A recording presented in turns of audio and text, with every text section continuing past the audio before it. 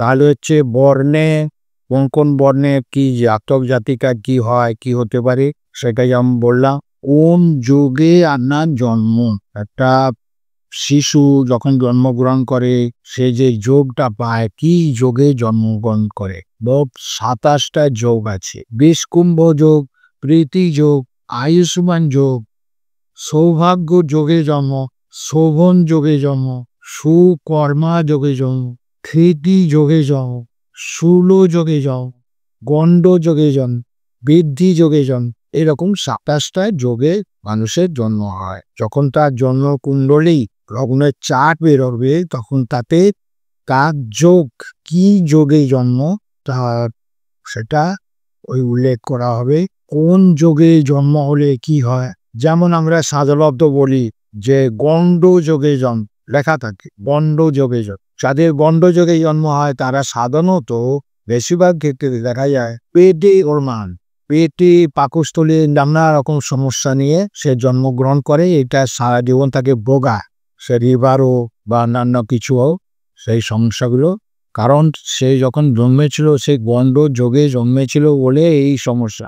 সবাইটা একই নাও হতে পারে, কারো লিভারের সমস্যা, কারো কিডনির সমস্যা, কারো হার্টের সমস্যা, কারো রক্তের সমস্যা, কারো ব্রেনের সমস্যা, কারো চোখের সমস্যা। এই যে যখন জন্মায়, যখন মানুষ বড় হয় ধাপে ধাপে, হঠাৎ করে যখন দেখা গেল যে তার চোখের সমস্যা বা কারো পেটের সমস্যা, কারো হার্টের সমস্যা, তাহলে কোন যোগে জন্ম হলে তার এই সমস্যাগুলো হতে পারে আপনি জেনে যাবেন।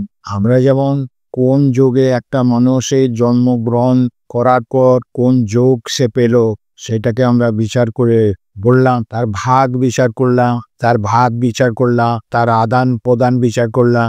এইবার তার এই বিচারগুলো করার পর তার লেখাপড়া কেমন হবে, তার বিদ্যা কেমন হবে, তার উচ্চশিক্ষা কেমন হবে, সে চাকরিজীবী হবে কিনা, সে ব্যবসায়ী হবে কিনা, সে কৃষিকাজে লিপ্ত হবে কিনা, সে শিল্প কাজে লিপ্ত হবে কিনা, তার এই সমস্ত ধাপ বিচার করে করে করে তাকে জানিয়ে দেয়া হয় যে তাহলে সেই মতো তাকে বড় করে তুলতে পারবেন বা গড়ে তুলতে পারবেন, তাকে সেই পথে নিয়ে যেতে পারে। তাহলে আমাদের এইগুলো দরকার।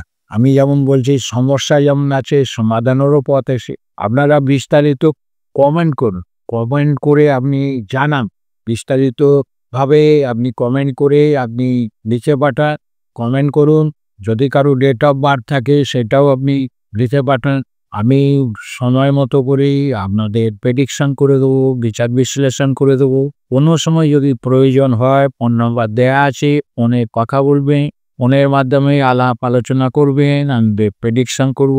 আমার যখন সময় হবে আমি আপনাদেরকে ডিসকাস করে। আর যখন আপনারা মনে করবেন কোনো কাছাকাছি আপনার জ্যোতিষ চেম্বার আছে সেখানে যোগাযোগ করবেন, বা দূরে অনলাইন যদি প্রেডিকশন করতে চান তারও পদ্ধতি আছে, সেটা আপনারা জেনে নেবেন অনলাইনে কিভাবে প্রেডিকশন হয়। এখন থেকে ভাবতে থাকো, এখন থেকে চিন্তা ভাবনা করো। অলিক স্বপ্ন দেখে লাভ নেই, বাস্তব চিন্তা ভাবনা করো। দিন যত যাচ্ছে দিনের পরিবর্তন হচ্ছে, সময়ের পরিবর্তন হচ্ছে, কিভাবে আমাদের আবহাওয়ার পরিবর্তন হচ্ছে, কিভাবে আমাদের মার্কেটের পরিবর্তন হচ্ছে, আপনারা চাক্ষুষ দেখুন, এ থেকেই বিচার করুন। পরিবর্তনশীল জগৎ। একই রকম ভাবে আমরা এত বছর এই করেছিলাম, এখন ওই করছি, এখন ওইটা করব, একই রকম ভাবে এইগুলো চলে না। পরিবর্তনশীল জগৎ, অহরহ পরিবর্তন হচ্ছে। কালকে এইটা করেছিলাম, গতকাল ওইটা করেছিলাম, পরশু এটা করেছিলাম, আগামীকাল দেখলেন তার পুরোটাই পাল্টে যাচ্ছে, পরিবর্তন হয়ে গেছে। কিসের পরিবর্তন হলো? গ্রহের পরিবর্তন। গ্রহ যখন চেঞ্জ হচ্ছে, আমরা এই যে আবার পরিবর্তন বা আবার মানে যে চেঞ্জিংটা, এবার দেখুন গ্রহের যখন চেঞ্জিংটা হচ্ছে তখন কিরকম বা প্রকৃতির যে ভারসাম্য সেটা কেমন পাল্টে পাল্টে যাচ্ছে, পরিবর্তন হয়ে যায়। অর্থাৎ মানুষের ভাগ্যও কিন্তু পরিবর্তন হয়ে যাচ্ছে। হয়তো দেখা গেছে কোন কোন বর্ণ, কোন কোন যোগে জন্ম যাদের, কোন কোন রাশি এই 2025 সালে হয়তো করোড়পতি হতে পারে, সেটা ব্যবসার দিক থেকেও, অর্থপ্রাপ্তির দিক থেকেও, চাকরির দিক থেকেও। তবে এবছর সম্ভাবনা 2025 থেকে 2000-এর শুরু থেকে কিছু কিছু রাশি, কিছু কিছু নক্ষত্র, কিছু কিছু গণ, কিছু কিছু যোগের মানুষ এবছর কিন্তু ক্রোড়পতি মানে কোটিপতি হওয়ার সম্ভাবনা প্রবল। কারা কারা কোটিপতি হতে পারবে, কোন রাশি জাতক জাতিকা এবছর কোটিপতি হতে পারে, চাকরিতে না ব্যবসায় না অর্থপ্রাপ্তিতে, কোন যোগে তার সফল গোল্ডেন সময় আসবে, কোন সময় তার বৃহস্পতি তুঙ্গস্থ অবস্থায় আসবে, অনেকে বলে হঠাৎ করে এগুলো জানবে। নমস্কার।